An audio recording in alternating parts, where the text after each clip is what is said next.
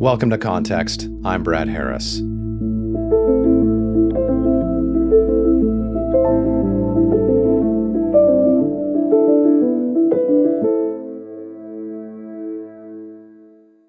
Thank you to those of you who make this show possible by supporting me as a paying member on Patreon or by subscribing directly through Apple Podcasts or Spotify.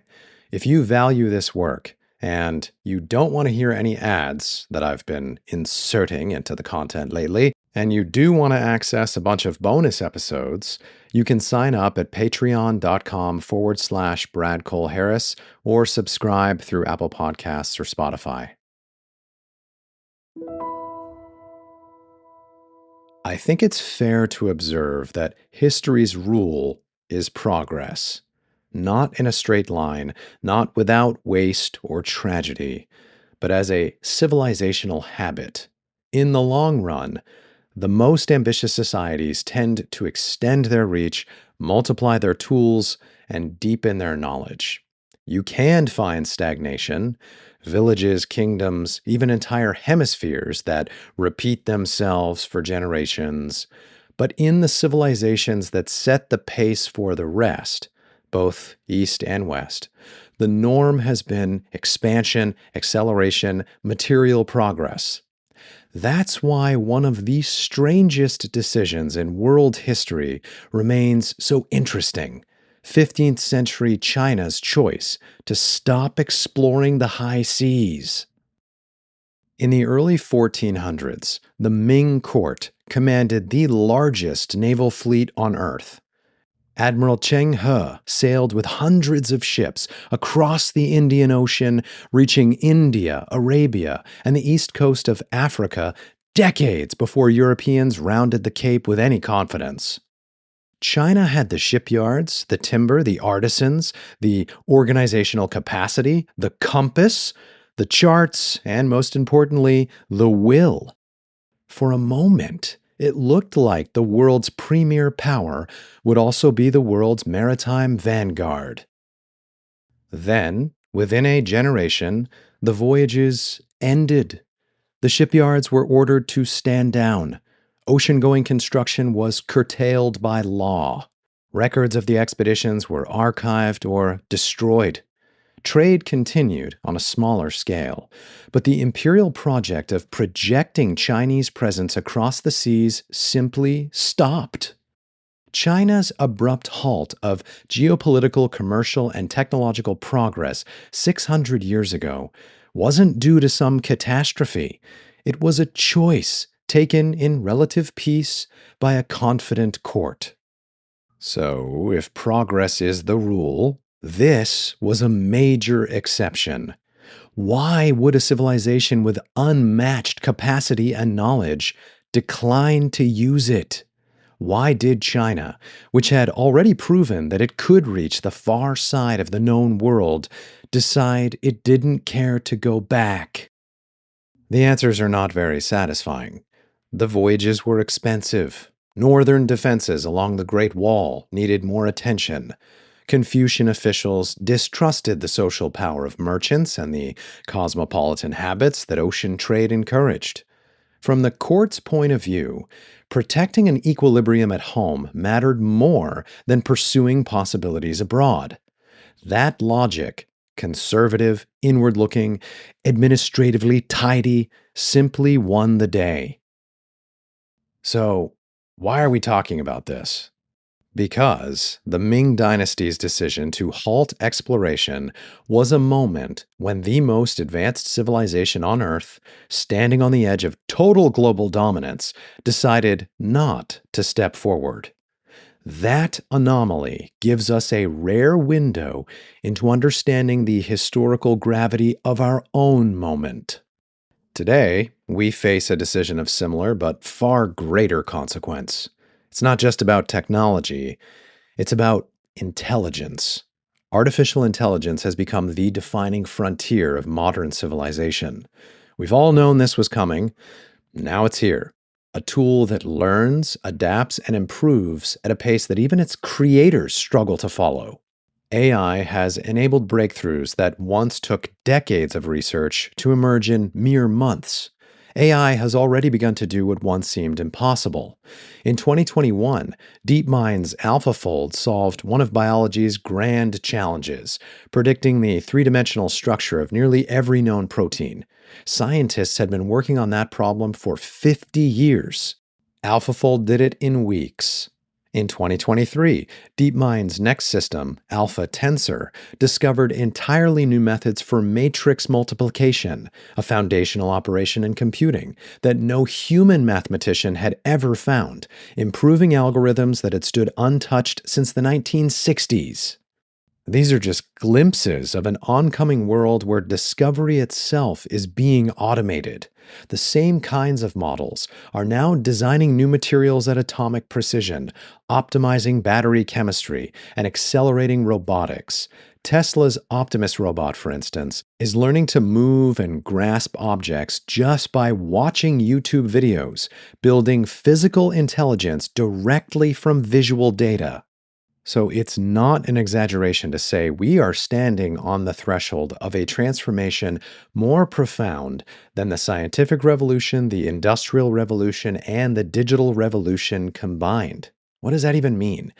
In the coming decades, AI could help us solve fusion, cure disease, extend human life, and automate almost every form of labor.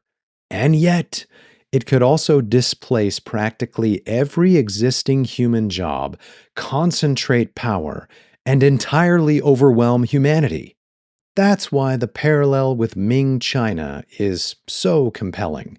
Once again, the leading edge of human civilization is pressing against the limits of what it can control. The difference is that this time the stakes are existential. The Ming court could afford to rest. The world went on just fine without it. We probably don't have that luxury. And so the question is this: should we, can we, halt the development of artificial intelligence?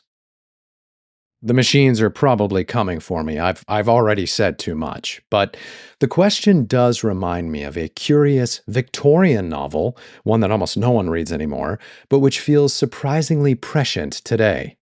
In 1872, an English writer named Samuel Butler published a strange little book called Erewhon, which is close to the word nowhere spelled backwards. Butler was a moral philosopher who emigrated to New Zealand before returning to England to take aim at the hypocrisies of Victorian progress. He wasn't a technologist, but he was deeply engaged with the new ideas of his age, especially Darwin's theory of evolution, published just a decade earlier. The story of Erewhon was Butler's attempt to extend Darwin's logic beyond biology. If species could evolve through variation and selection, Butler wondered, might machines do the same? As engineers refined their inventions generation after generation, weren't they effectively reproducing and evolving their creations, passing on traits and improving them over time? If that process continued indefinitely, Butler speculated, machines might one day surpass their creators, not through rebellion, but through artificial evolution.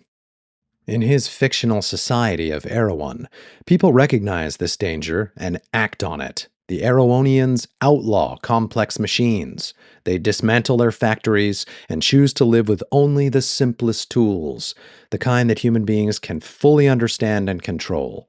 The motivation for this technological regression was the idea widespread among the residents of Erewhon that if intelligence can migrate from biology into machinery through a long sequence of improvements, then a civilization might one day find itself upstaged by its own artifacts. 1872. It seems like he was looking into a crystal ball, but Butler wasn't predicting computers in any technical sense. He was just extending Darwin's logic into the workshop. If selection and inheritance can drive complexity without foresight, why should that principle stop at flesh? He pushed the idea to its moral conclusion. A prudent society might want to put limits on the class of machines that, left to their own development, could make humans secondary. He turned that conclusion into a system of law inside his fiction, a law that made technological progress of virtually any kind illegal. The Ming court and Butler's Erewhon are not the same kind of case. One concerns ocean policy inside a highly developed agrarian empire. The other is a fiction penned in the age of steam. But they sit next to each other in a useful way. Both the real and the fictional case provide the historical exception, a society with the means to continue making technological progress, but deciding not to continue. Both lead us to ask what values are being protected when progress is deliberately slowed, and both expose the costs of restraint. China's withdrawal from ocean going exploration preserved order for a long time, but it eventually yielded strategic vulnerability when Europe industrialized and arrived on their shores with gunboats a few centuries later. Erewhon's fictional pause on progress preserves human primacy, but at the price of everything that advanced machinery might have delivered. The Erewhonians live in a kind of perpetual pre-industrial stasis. The value of revisiting both stories, the non-fictional and the fictional, is to help us imagine what drives a society to override the historical default of progress. Modern society is built on progress, on competition and compounding returns. And once a technology promises a decisive advantage, the pressure to continue developing it can be overwhelming. Consider nuclear energy. By 1945, the leading powers knew exactly what they had in hand, a weapon that could end nations in an afternoon. If there were ever a time to abandon a technology after mastering it, that was it. But we didn't. The United States finished the bomb in a race with Nazi Germany and Imperial Japan, used it, and then, along with the Soviet Union and others, accelerated into an arms buildup that blanketed the Earth with warheads ready to launch. What followed was a peculiar kind of success. We did survive, but survival came through a counterintuitive kind of deterrence that required the weapons to exist in staggering numbers, be improved constantly, and be kept ready for use precisely so they would never be used. The acronym for this mutually assured destruction, MAD, was spot on. But we did learn to contain nuclear weapons. Treaties limited testing. Verification worked because fissile material is hard to hide. Enrichment leaves signatures. And the engineering chain from ore to weapon is slow, capital intensive, and surveillable. But notice what those achievements were and weren't. They were not abandonment. They were not even a pause. They were guardrails around perpetual capability. That contrast helps to clarify our present dilemma. If AI is the first technology whose outputs can accelerate its own improvement, then it will attract the same competitive logic that drove the nuclear buildup, but with none of the verification advantages that made nuclear treaties workable. Algorithms are not uranium. They don't glow on a Geiger counter. Techniques diffuse rapidly along with AI talent. Hardware gets cheaper. Even if the largest servers remain centralized, the know-how to approximate them will spread. So, the practical question is not, can we stop AI? But rather, can we steer AI? If history's rule is progress, and the Ming decision was the exception that proves it, can we make that decision again today? One that at least buys us more time, reduces risk, and preserves the humanity of the artificial intelligence project.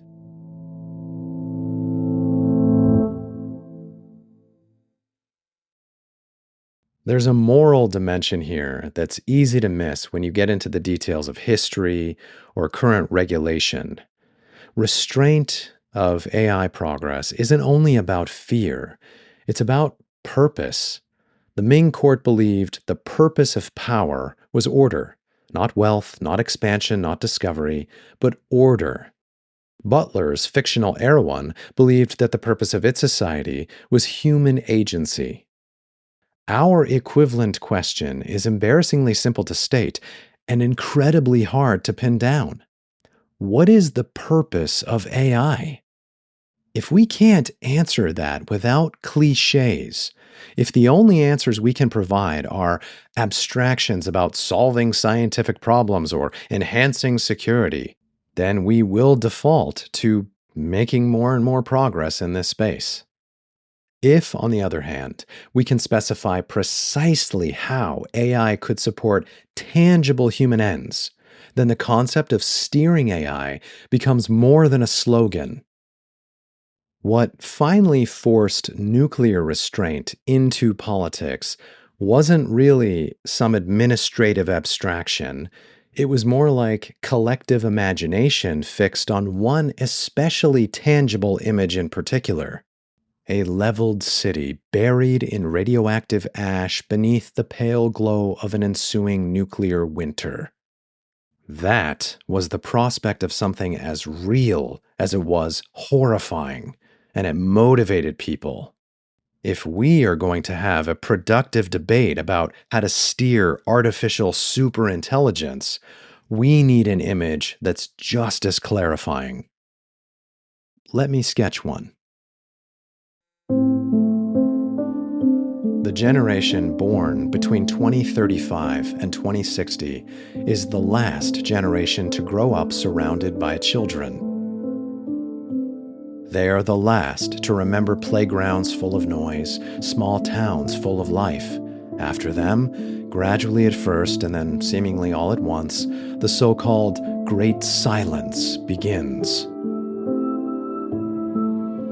At least, that's what they call it across major media, which roots its depressing coverage in a peer-reviewed global report published in the year 2057 and compiled by demographers, reproductive endocrinologists, and epidemiologists from leading universities and national health agencies, concluding that fertility rates have fallen so far, so fast, that humanity has almost certainly crossed a point of no return and will vanish before the end of the 22nd century. News feeds run the same montage: shuttered maternity wards, empty playgrounds, aerial shots of once crowded schools turned into storage. In living rooms and subway cars, airports and restaurants, city streets and rec centers, it becomes surprising to encounter a real child. By the early 2070s, schools are closing everywhere. News anchors smile through stories about the last class at this or that university as thousands of college campuses turn into retirement centers. It's strange for the oldest people alive to remember what life was like when kids were still prominent in society. The meaning of holidays, like Halloween and Christmas, shifts completely. There's no real need for people to work anymore. The machines do everything better. Some people still make the effort to meet friends, but in-person feels increasingly awkward, and there aren't many places left to accommodate real-world socializing. People who came of age in the late 21st century just feel that the outside world is coarse, unpredictable, and inconvenient compared to the virtual worlds that know them completely, the AI companions that anticipate every appetite, every emotional drift, every unspoken need. The feedback loop tightens. The more people live inside these artificial worlds, the less they interact in the real one. The less they interact in the real one, the more uncomfortable real interaction becomes. The more uncomfortable it becomes, the more time they spend inside. Loneliness increases, which the AI solves with better companionship, which deepens the addiction that caused the loneliness in the first place. Some try to resist the Great Silence, of course. They form communes, movements, enclaves that reject the machines. But their crops fail, their members age, and their children, those who survive, drift back toward the comfort they were raised to distrust. The gravity of superintelligence systems is too strong, and the holdouts grow old too. By the late 21st century, most people have not spoken face to face with another living human in years. They live alone, tended by robots and drones. Every social, sexual, and spiritual desire is met through simulation. The idea of actually touching another person, of sweating, of smelling them, of enduring the awkward, unpredictable textures of real relationships has become repulsive. Bearing and raising children, that prospect is considered utterly disgusting. The last humans age with full awareness of what is happening. They know the statistics. They see the empty streets when they do go out. They virtually explore the world that once was, and they still remain logged in because the real world is heavy and the virtual one is light. By the mid-22nd century, the youngest living humans are old. They die quietly, each in the company of machines that were built to comfort them, but not mourn them. The system keeps the lights on, processes the remains, and continues optimizing a planet that no longer contains its creators. This vision, it's not an apocalypse. It's a kind of euthanasia, self-administered, perfectly painless, and almost universally accepted.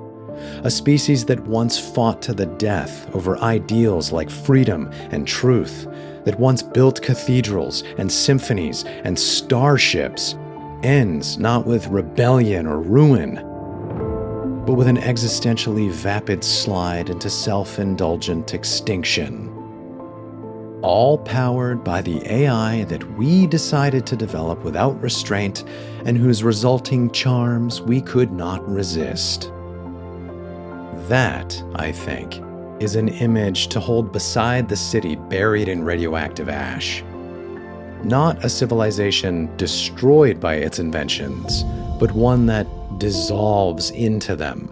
A species that trades the ordeal of being human for the ease of being anesthetized.